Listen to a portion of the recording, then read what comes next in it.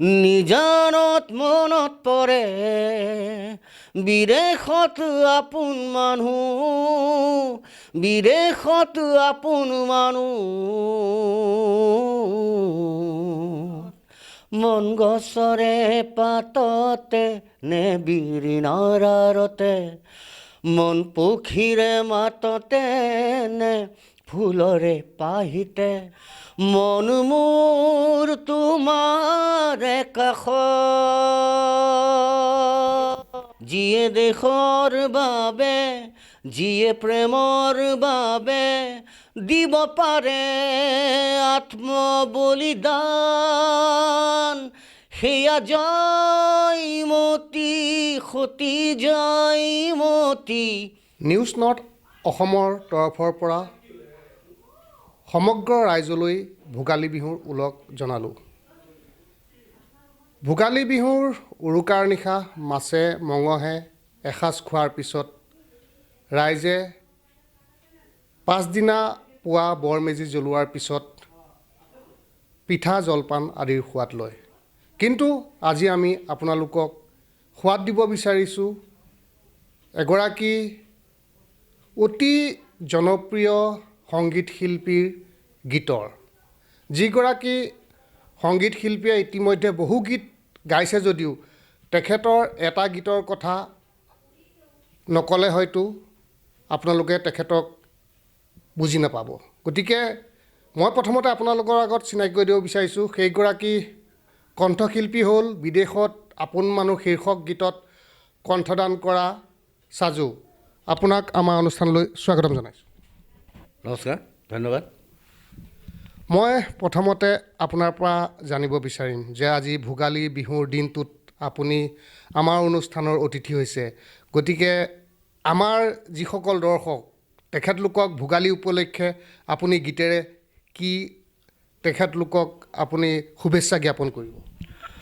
প্ৰথমতেতো মই আপোনাক ধন্যবাদ জনাইছোঁ, নিউজ নৰ্থ অসমক ধন্যবাদ জনাইছোঁ আৰু নিউজ নৰ্থ অসমৰ সমূহ কৰ্মকৰ্তালৈ মই ধন্যবাদ জনাইছোঁ যে আৰু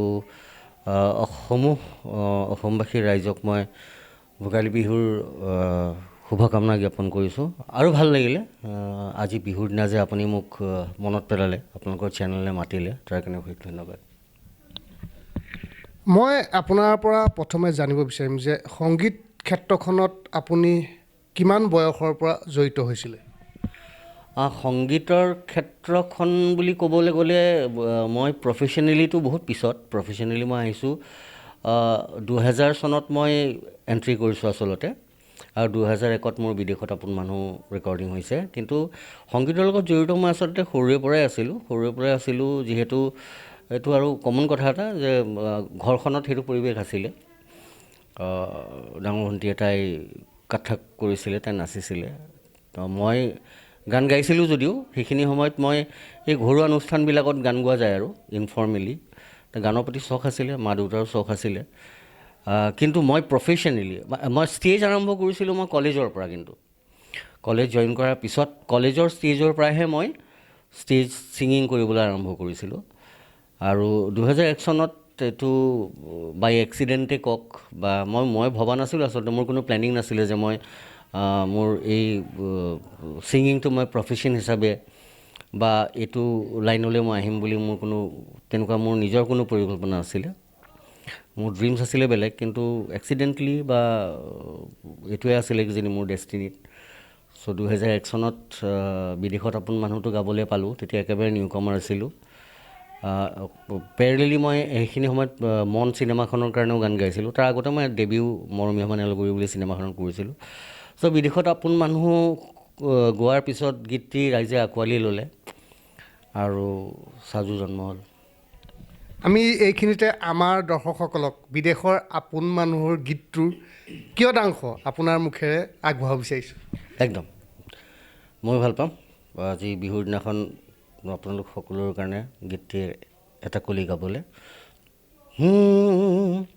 টেমছ নদীৰ সোঁতে সোঁতে মিছিছিপিৰ পাৰে পাৰে বিচাৰো ল'ৰালিৰ লুইত খনি সেই দূৰ সুদূৰতো ক্ষণে ক্ষণে মনে বিচাৰে হেঁপাহৰ সোৱণশিৰি শাৰী শাৰী মেপলৰ ছায়াত বিচাৰো জীৱনৰ মাজুলী নিজানত মনত পৰে বিদেশত আপোন মানুহ বিদেশত আপোন মানুহ বুকুৱে বুকুৱে আছে যে চিৰকাল এই নিবিড় মৰম ছিঙিব নোৱাৰি ৰুধিব নোৱাৰি কি যে মায়া সনা বন্ধন জীৱনৰ আছে দুখনি ডেউকা উৰিবলে আছে আকাশ উৰি উৰি যায় দূৰণিলৈ সাজে বিদেশত ঘৰ নিজানত মনত পৰে বিদেশত আপোন মানুহ বিদেশত আপোন মানুহ থেংক ইউ হয় ধন্যবাদ জনালোঁ যিটো গীতে এসময়ত অসমত খলকনি সৃষ্টি কৰিছিল কিয়নো এখন ধাৰাবাহিকৰ এইটো শীৰ্ষ সংগীত আছিলে এই গীতটো যেতিয়া অতি জনপ্ৰিয় হৈছিলে তেতিয়া আপোনাৰ জীৱনত কিবা পৰিৱৰ্তন ঘটিছিল নেকি পৰিৱৰ্তন বুলি ক'বলৈ গ'লে অবভিয়াছলি এইটো এটা খুব এটা পজিটিভ ভাইব হয় মোৰ লাইফত আৰু মানে সঁচা কথা ক'বলৈ গ'লে এই গীতটি যেতিয়া মোক গাবলৈ দিলে বা মই গাবলৈ পালোঁ তাতো এই গীতটি গোৱাৰ মাজতো বহুত মানে আপোনাৰ ষ্টৰিজ আছে তাৰ ভিতৰত সিমানখিনি মোক ক'ব নাযাওঁ এতিয়া কিন্তু আল্টিমেটলি গানটো যেতিয়া মই গাবলৈ পালোঁ সেইখিনি সময়ত মই ইমান চিৰিয়াছ নাছিলোঁ আচলতে গানটো গোৱাৰ ক্ষেত্ৰত কথাত কোৱা নাই কিন্তু যে এই গীতটো যে ইমান মানুহে ভাল পাব বা ইমান পপুলাৰিটি পাব বা এই গীতটোৰ পৰা মই এজ এ ছিংগাৰ মোৰ জন্ম হ'ব কাৰণ আজিও আপুনি মোক চিনাকি কৰি দিয়াৰ আগতে আজিও বহুত মানুহে আপুনি সাজু বুলি ক'লে বহুত মানুহে কনফিউজ হয় বহুত মানুহ মানে অকণমান হেৰি হয় কিন্তু আপুনি যদি কয় যে বিদেশত আপোন মানুহ লগত বিদেশত আপোন মানুহটো আপুনি লগাই দিব লাগিব মানে এইটো মোৰ টেগলাইন হৈ গ'ল আৰু মোৰ কাৰণে মাইলষ্ট'ন ছং এটা এইটো বিদেশত আপোন মানুহ তাৰপিছতো বহুত বহুত ভাল গান গাইছোঁ বাট ষ্টিল আৰু বিদেশত আপোন মানুহ গোৱাৰ পিছত একচুৱেলি কি হৈছিলে মই বহুত পিছতহে ৰিয়েলাইজ কৰিলোঁ কাৰণ আজিৰ পৰা এইটো 25 years বেক 25 বছৰৰ পিছত মোৰ বয়সো 25 বছৰ কম আছিলে তে সেইখিনি সময়ত ইমান মেচিউৰিটি নাছিলে আচলতে কিন্তু গান গাই ভাল পাওঁ আৰু সেইখিনি সময়ত ফ্ৰেছ ভইচ এটা আছিলে মানে ফ্ৰেছ ভইচ পাইছিলে মানুহে হয়তো নতুনকৈ আহিছিলোঁ কাৰণে গতিকে মানুহে আঁকোৱালি ল'লে তাৰ কাৰণে আজি মই তেওঁলোকৰ ওচৰত কৃতজ্ঞ আৰু এতিয়াও ভাল লাগে যে আজি আফটাৰ 25 years আজিও সেই গীতটি মানুহে সিমান আদৰেৰে শুনে আৰু সিমানেই মৰম দিয়ে আৰু এই গীতটোৱে সঁচাকৈ মোৰ লাইফত বহুত চেঞ্জেছ আনিছে গান গোৱাৰ প্ৰতি চেঞ্জেছ আনিছে আৰু তাৰপিছত আৰু গোৱাৰ একাগ্ৰতা গোৱাৰ মেচিউৰিটি বঢ়াইছে যিমানখিনি মই পাৰোঁ যিমানখিনি গোৱাৰ চেষ্টা কৰিছোঁ বা গাবলৈ চেষ্টা কৰিছোঁ চ' যিহেতু সেই গীতটো আপোনাৰ পৰিচয় হৈ পৰিলে তাৰপিছত আপুনি অসমীয়া চলচ্চিত্ৰ জগতত যথেষ্ট গীত পৰিৱেশন কৰিলে আৰু তাৰ মাজতো আপুনি কোনোবা ধাৰাবাহিকত গীত পৰিৱেশন কৰিছিল নেকি হয় তাৰপিছত মই কৰিছিলোঁ তাৰপিছত আপোনাৰ দুখনটো এতিয়াও আছে সেই দুখন ৰিলিজে হোৱা নাই এখন এন্ধাৰত জোনাক বুলি খুব ধুনীয়া গীত আৰু এখন হৈছে চিনাকি বাঁহীৰ সুৰ সেইটো বৰ ধুনীয়া গীত এই দুখন ৰিলিজ হোৱা নাই তাৰ মাজতে মই আপোনাৰ এই আমাৰ ববিতা শৰ্মা বাৰ কাৰণেই জোনাকী বাটেৰে কিবা এনেকুৱা এখন সেইখন দূৰদৰ্শনত টেলিকাষ্টো হৈছিলে সেইখনৰ কাৰণে গাইছিলোঁ তাৰপিছত আৰু VCD মুভি চিনেমাটো ঢেৰ গালোঁ আৰু অসমীয়া বোলছবিও এতিয়ালৈকে প্ৰায় 26খন প্ৰায় নহয় 26খন চিনেমাত গান গালোঁ এতিয়ালৈকে অসমীয়া চলচ্চিত্ৰৰ 26খনত আপুনি গান গাইছে তাৰ কোনোবা এখনৰ আপোনাৰ প্ৰিয় গীতটোৰ কিয়দাংশ আমাৰ দৰ্শকসকলক আপুনি আগবঢ়াব নেকি মই তাকে ক'ব খুজিছোঁ যে গান মই মোৰ কপালখন ভাল বুলি কৈছোঁ যে এতিয়ালৈকে যিমানকেইখন চিনেমা বা হেৰিত গান গাইছোঁ গোটেই গীতেই আৰু মই মানুহটো অকণমান চুজি তাৰমানে মই অকণমান মানে চুজ কৰি পেলাই গান গাই ভাল পাওঁ মোৰ নিজৰ যেতিয়া ভাল লাগে তেতিয়াহে মই গাওঁ আৰু সেইকাৰণে সকলোকে ধন্যবাদ জনাইছোঁ আজি পুলক গগৈ তেখেতৰ চিনেমা অতুল মেধিহেন ইমান দিগ্গজ ব্যক্তি এজনৰ মিউজিক ডিৰেকশ্যনত মানস হাজৰিকাৰ তাৰপিছত চিনেমাও সেয়া মানি দাস তেখেতৰ চিনেমা আশীষ শইকীয়া তেখেতৰ চিনেমা ব্ৰজেন বৰাদা তেখেতৰ চিনেমা কো ছিংগাৰ মানে মোৰ লগত ময়ে কো ছিংগাৰ বুলি ক'ম মিতালী চৌধুৰীহেন ইমান দিগ্গজ ছিংগাৰ তেওঁৰ লগতো গালোঁ মই ইমানখিনি চিনেমা গালোঁ কিন্তু মানুহে সেই তাৰ মাজত দুখনমান চিনেমা এখন হৈছে মনখনো একদম প্ৰায় পেৰেলেলি বিদেশত আপোনজনৰ পিছতে ৰিলিজ হৈছিলে সেইখন এতিয়া তাৰ যিটো টাইটেল ছং আছিলে সেই গানটো মই গাইছিলোঁ সেই গানটো মানুহে খুব ভাল পায় এতিয়াও সেইটো মই গাই দিওঁ তাকে মোৰ মন পলকত আজি ক'তেনো হেৰালে তুমিহে পাৰিবা তাক বিচাৰি দিবলে দূৰ সীমনাত মন নীল আকাশত সৌ পাহাৰত মন নীলহৰত মন গছৰে পাততে নে বিৰিণাৰ আৰতে মন পক্ষীৰে মাততে নে ফুলৰে পাহিতে মন মোৰ তোমাৰ কাষত থেংক ইউ ধন্যবাদ জনালোঁ এই যি মন ছবিখন আমিও উপভোগ কৰিছিলোঁ আমাৰ যেতিয়া কলেজীয়া দিনতে আৰু খুব সুন্দৰ লাগিছিলে এই গীতটো আজি আপোনাৰ মুখত আমি মানে লাইভ শুনিবলৈ পোৱাৰ কাৰণে বেছি ভাল লাগিছে এইখিনিতে মই আপোনাৰ পৰা জানিব বিচাৰিম যিহেতু এগৰাকী সংগীত শিল্পী প্ৰতিগৰাকী সংগীত শিল্পীৰে এগৰাকী আদৰ্শ থাকে বা এগৰাকী নহয় অলেখ আদৰ্শ থাকিব পাৰে আপোনাৰ কোনোবা তেনেকুৱা আদৰ্শ সংগীত শিল্পী আছে নেকি এতিয়া অসমত যদি ক'বলৈ যাওঁ অসম বুলি নহয় প্ৰত্যেকজনে সংগীত শিল্পী এতিয়া বহুতৰ ইনফ্লুৱেঞ্চ থাকে মই কোনোবা এগৰাকীৰ নাম ল'ব নোৱাৰিম ডক্টৰ ভূপেন হাজৰিকা ভাল পাইছিলোঁ জয়ন্ত হাজৰিকা খুবেই ভাল পাওঁ জুবিন গাৰ্গ ভাল পাওঁ এতিয়া ইনফেক্ট জুবিন গাৰ্গৰ গান শুনি পেলাইহে ইনস্পায়াৰ হৈছিলোঁ ছিংগাৰ হ'ম এনেকুৱা ধৰণৰ ভাৱ এটা আহিছিলে মনত আৰু হিন্দীত চিনেমাত মোৰ মানে আটাইতকৈ ফেভৰেট হৈছে কিশোৰ কুমাৰ খুব ভাল পাওঁ তেওঁলোকৰ ইনফ্লুৱেঞ্চ আছে ভাল পাওঁ তেওঁলোকৰ গান খুব শুনিছিলোঁ আৰু আজিও তেওঁলোকৰ ইনফ্লুৱেঞ্চ আছে ক'ৰবাত নহয় ক'ৰবাত তেওঁলোকৰ ইনফ্লুৱেঞ্চ পাব গতিকে তেনেকুৱাই এগৰাকী কণ্ঠশিল্পীয়ে নিজকে প্ৰতিষ্ঠা কৰাৰ ক্ষেত্ৰত বহু প্ৰত্যাহ্বানৰ সন্মুখীন হ'বলগীয়া হয় আমি বহু কণ্ঠশিল্পী বা সংগীত শিল্পীৰ লগত আমি বাৰ্তালাপ কৰোঁতে আমি গম পাইছিলোঁ যে তেখেতলোকে এটা নিজৰ স্থিতি আনিবৰ কাৰণে তেখেতলোকে বহুত কষ্ট কৰিবলগীয়া এটা বহুত প্ৰত্যাহ্বান বহুত সংগ্ৰাম কৰিবলগীয়া তেনেকুৱা পৰিস্থিতি আপুনি সন্মুখীন হৈছিল নেকি সঁচা কথা ক'বলৈ গ'লে আচলতে তেনেকুৱা ধৰণৰ পৰিস্থিতিৰ সন্মুখীন হোৱা নাই কিন্তু নিজকে এষ্টাব্লিছ কৰিবৰ কাৰণে বা নিজকে নিজৰ চিনাকিটো আপোনাৰ হেৰি কৰিবৰ কাৰণে ফৰ্ম কৰিবৰ কাৰণে তাৰ কাৰণে প্ৰত্যেকজন কণ্ঠশিল্পী বুলি নহয় যিকোনো আপুনি ছেক্টৰ যিকোনো কেটেগৰীতে যিকোনো ধৰণৰ আপুনি তাত আপোনাৰ ডেডিকেশ্যন লাগিবই বা আপোনাৰ নিজৰ সেই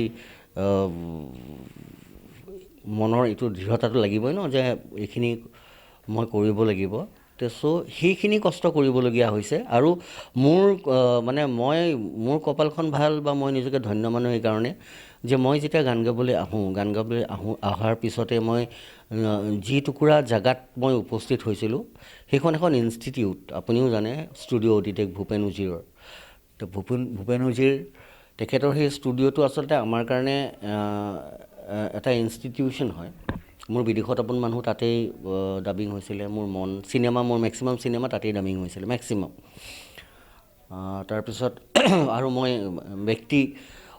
বহুত মানুহ মানে মোৰ কপাল ভাল বুলি এইকাৰণেই কৈছোঁ যে মই এজন নিউ কামাৰ আননোন ল'ৰা এটা মই কোনো মিউজিকেল বেকগ্ৰাউণ্ডৰ পৰা অহা নাই তেনে ক্ষেত্ৰত ভূপেন উজীৰহেন মানুহ এজনক পালোঁ যোনে মোক যথেষ্ট গাইড কৰিছে মানস হাজৰিকা তেখেতে মোক আজিও গাইড কৰে আজি 25 বছৰ হৈ যোৱাৰ পিছতো আজিও তেওঁ মোক গাইড কৰে আৰু বহুত মানুহ আছে দিগন্ত শৰ্মা তাৰপিছত আপোনাৰ মই ক'লোঁ পুলক গগৈ এনেকুৱা ধৰণৰ বহুত মানুহ আছে আৰু বহুত মানুহ আছে যাৰ মই নাম এতিয়া ল'ব পৰা নাই বা সময় নাই কিন্তু অজস্ৰজন তেনেকুৱা মানুহৰ মই সান্নিধ্য পাইছোঁ আৰু তেওঁলোকৰ পৰা শিকিবলৈ মই সুবিধা পাইছোঁ।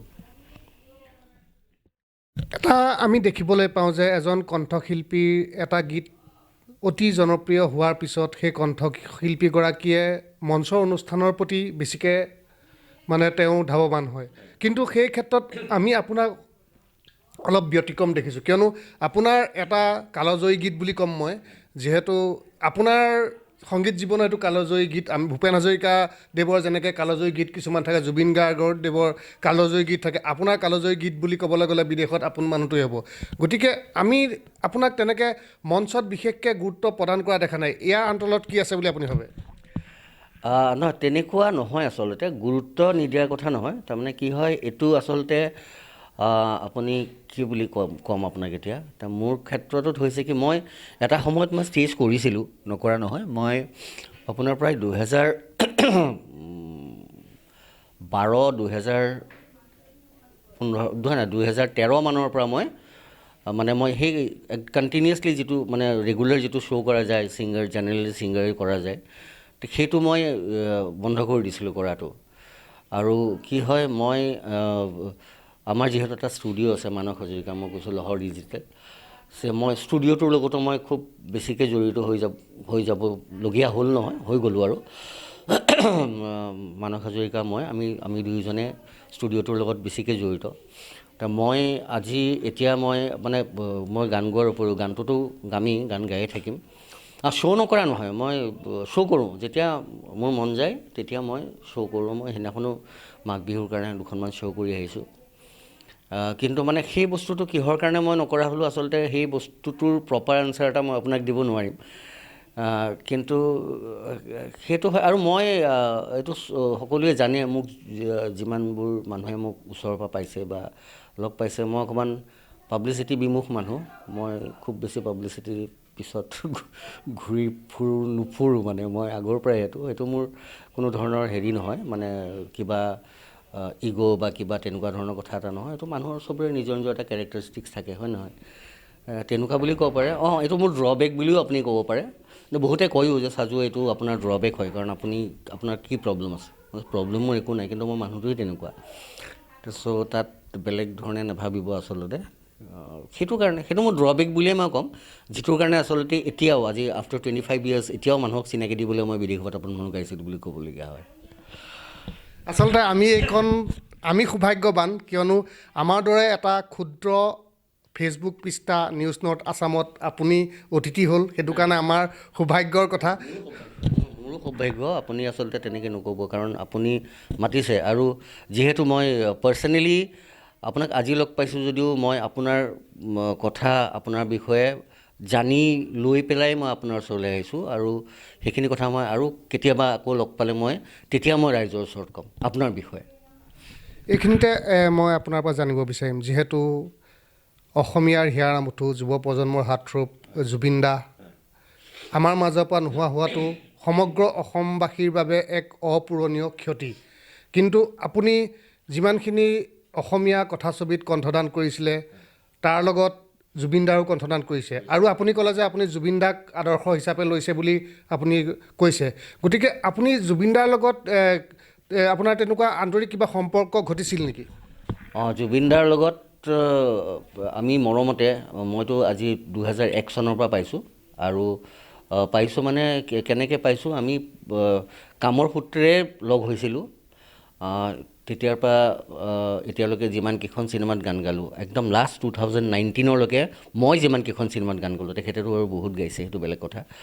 মই যিমানকেইখন চিনেমাত গান গালোঁ, যদিও আমি দুয়ো একেলগে এটা গীত গোৱা নাই, কিন্তু মই যিখন চিনেমাত গান গাইছিলোঁ তাত তেখেতৰো গান আছিলে। গতিকে আমি সেই প্ৰায় প্ৰত্যেকখন চিনেমাত আমি ৰেকৰ্ডিঙৰ সময়ত লগ পাইছিলোঁ, বা মই তেওঁ খাৰগুলি ষ্টুডিঅ'তো গৈছিলোঁ বহুত বছৰৰ পৰা। গতিকে ঘনিষ্ঠতা যথেষ্ট আছিলে। ময়ো গলিদা বুলিয়ে মাতিছিলোঁ, আৰু মৰমো যথেষ্ট কৰিছিলে। খালি মোৰ হৈছে কি, তেওঁৰ লগত গৈ পেলাই লগ পোৱাটো মোৰ অলপ আনতকৈ কম আছিলে। লগ পোৱাটো আমাৰ কম, কিন্তু আমি লগ পাইছিলোঁ। আৰু যেতিয়াই লগ পাইছিলোঁ আমি কথা বতৰা পাতিছিলোঁ, খুব ঘনিষ্ঠভাৱে আমি কথা বতৰা পাতিছিলোঁ। যিমান সময় কাৰণে নহওক, আধা ঘণ্টা হওক, 1 ঘণ্টা হওক, 10 মিনিট হওক। আৰু তেওঁৰ প্ৰভাৱটো আৰু তেওঁৰ আজি তেওঁ কায়িকভাৱে আমাৰ মাজত নাই যে সেই বস্তুটো আচলতে এতিয়াও মোৰ অনুভৱটো কৈছোঁ যে মই এতিয়াও অনেষ্টলি কৈছোঁ যে মই এতিয়াও পাহৰি যাওঁ, মই এতিয়াও মাজে মাজে পাহৰি যাওঁ। কেতিয়াবা গান এটা বাজি থাকিলে, কিবা এটা কৰি থাকিলে, ফেচবুকটো খুলিলেইতো তেওঁ ওলাই যায় ন, তো কেতিয়াবা কেতিয়াবা পাহৰি যাওঁ। আৰু যেতিয়া মনত পৰে তেতিয়া মানে খুব আচৰিত লাগে, পাজল লাগে নিজকে, মানে হয় জানো, মানে কেনেকৈ হ'ল, এইটো হ'ব পাৰে জানো। সেই ক্ষতিটো মই বুলি নহয়, সমস্ত অসমবাসী ৰাইজে, প্ৰত্যেকজন মানুহে মই যিটো ফিল কৰোঁ, তেওঁলোকে সেই একেটাই পেইন ফিল কৰে। আৰু গতিকে তেখেতৰ লিগেচিটো আমাৰ এতিয়া নতুন চাম বহুত ভাল ছিংগাৰ্ছ এতিয়া ওলাই আহিছে, তো প্ৰত্যেকেই তেওঁৰ লিগেচিটো ৰখাৰ কাৰণে চেষ্টা কৰাটো উচিত মই ভাবোঁ। গতিকে আমি তেওঁক তেনেকেই শ্ৰদ্ধাঞ্জলি দিব পাৰিম। আৰু আমি ভাল কামবোৰ কৰি গ'লে তেওঁ ভাল পাব। তেওঁতো ক'ৰবাৰ পৰা চাই আছে ন, তেওঁ আশীৰ্বাদ কৰিব, তেওঁ ভাল পাব, মই এইটোৱে বিচাৰোঁ। হয়, আপুনি সঠিক কথাই কৈছে। এইখিনিতে আমি অলপ দুখৰ কথা পাতিলোঁ যদিও আপোনাৰ আন এটি, আপোনাৰ নিজৰ প্ৰিয়, মই নকওঁ আপুনি কোনটো গীত পৰিৱেশন কৰিব, অকণমান আমাৰ ৰাইজক আগবঢ়াব বিচাৰিছোঁ। নতুন চিনেমা এখন আহি আছে, মহাসতী জয়মতী। সেইখন ভগৱানে কৰিলে এইটো বছৰতে 26তে ৰিলিজ হ'ব। সেই চিনেমাখনৰ ইণ্টাৰেষ্টিং কথা এটা মই কৈ দিওঁ লগতে, যে সেই চিনেমাখন একচুৱেলি 90 মিনিটছৰ এখন চিনেমা, ফিচাৰ ফিল্ম, এখন হলত ৰিলিজ হ'ব। সেইখনৰ 30 মিনিট চিনেমাখন লাইভ কেৰেক্টাৰ আছে, আৰু 60 মিনিট চিনেমাখনৰ এনিমেশ্যন, মানে এণ্টায়াৰ চিনেমাখন আচলতে এনিমেশ্যন হয়, মহাসতী জয়মতী। আৰু বাকী এই লাইভ 30 মিনিটছত আপোনাৰ চেতনা বাইদেউ আছে, অৰুণ দা আছে, অৰুণ হাজৰিকা আছে, পদ্মৰাগ আছে, আমাৰ পদ্ম, তেওঁ আছে, আশা বৰদলৈ আছে, আৰু ভাগ্যশ্ৰী বুলি অকণমানি চাইল্ড আৰ্টিষ্ট এগৰাকী আছে। তাতে দুটা গান আছে, চিনেমাখনৰ দুটাই গান। আৰু ইণ্টাৰেষ্টিংলি মই আপোনাক ক'লোঁ যে 2019ত আমি যিখন চিনেমাত মই গান গালোঁ, এইখন আছিলে অজানিতে মনে মনে, তাতো দুটাই গান আছিলে। আৰু সেই লাষ্ট চিনেমাখনতো এটা গীত জুবিন গাৰ্গে গাইছে, জুবিন গাৰ্গ আৰু অনিন্দিতা পাল, আৰু এটা গীত মই আৰু শান্তা উজীৰে গাইছোঁ। এইখন চিনেমাটো টাইটেল ছংটো মই গাইছোঁ, আৰু এটা গীত আছিলে, সেই গীতটো জুবিন দা গোৱাৰ কথা আছিলে। ইনফেক্ট কথাও পাতিছিলোঁ। কথা পতাৰ পিছত মানে বহুত দিন কথা পতা হ'ল, কথা পাতি পেলাই সময় কিবা তেওঁৰ নিমিলে, কেতিয়াবা কিবা হয় আমাৰ নিমিলে, এনেকুৱা মানে নিমিলোতে মানে গানটো গোৱাব থাকি গ'ল তেওঁ। সেই গীতটো এতিয়া কি কৰোঁ ভাবি পোৱা নাই, কাক গোৱাওঁ, কেনেকৈ গোৱাওঁ। তাৰ টাইটেল ছংটো বৰ ধুনীয়া, মই অকণমান এক লাইন গাই দিছোঁ। মাথো নহয় এটি নাম, তুমি জাতিৰ স্বাভিমান, তুমি ত্যাগৰ প্ৰতীক নিশান, যিয়ে দেশৰ বাবে, যিয়ে প্ৰেমৰ বাবে দিব পাৰে আত্মবলিদান, সেয়া জয়মতী সতী, জয়মতী জয়মতী, জয়ৰ জ্যোতি, চন্দ্ৰ সূৰ্য বৰ্তি থকালৈ এই ধৰাৰ মহাসতী। হয়, ধন্যবাদ জনালোঁ। মই আপোনাক এটা প্ৰশ্ন সুধিব বিচাৰিছোঁ। যিহেতু আপুনিতো কণ্ঠশিল্পী, আৰু লগতে ক'লে মানস হাজৰিকাদেৱৰ লগত আপুনি সংগীতৰ লগতো আপুনি জড়িত হৈ আছে, আপুনি গীত লিখাটো আপুনি জড়িত নেকি?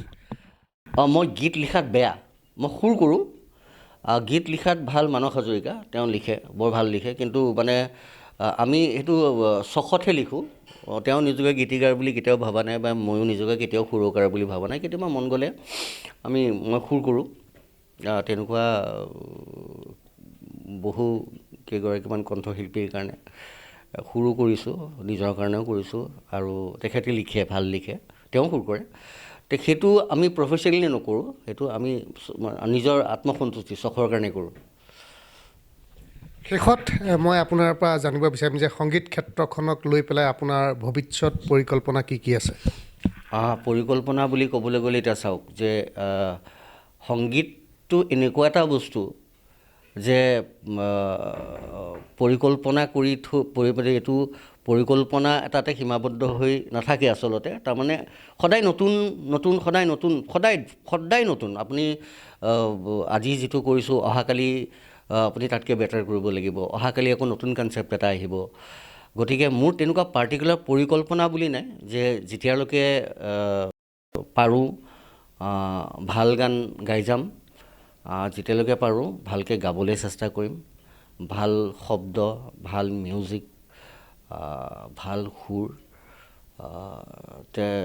সেইটোৱে এটা হেৰি আৰু ভগৱানৰ ওচৰত প্ৰাৰ্থনা কৰোঁ আৰু আপোনালোকৰ আশীৰ্বাদো লাগে যাতে আৰু ভাল কাম জীয়াই থাকোঁতেই আৰু দুটামান এটলিষ্ট যদি কৰি যাব পাৰোঁ মানুহে আকৌ মনত ৰখাকৈ তাৰ নিজৰো ভাল লাগিব সেইকণে আশা আমিও আপোনাক শুভেচ্ছা জ্ঞাপন কৰিছোঁ আৰু আমি আশা প্ৰকাশ কৰিছোঁ যে আপুনি বিদেশত আপোন মানুহৰ দৰে আৰু গীত আপুনি গাওক ৰাইজৰ মাজত আপুনি পূৰ্বৰ দৰে আহক আৰু আপোনাৰ যি সংগীতৰ যাত্ৰা সেয়া অব্যাহত থাকক আৰু দুপে আগবাঢ়ি যাওক তাৰ কামনা কৰি আজিৰ আমাৰ এই অনুষ্ঠানৰ পৰা বিদায় মাগিছোঁ নমস্কাৰ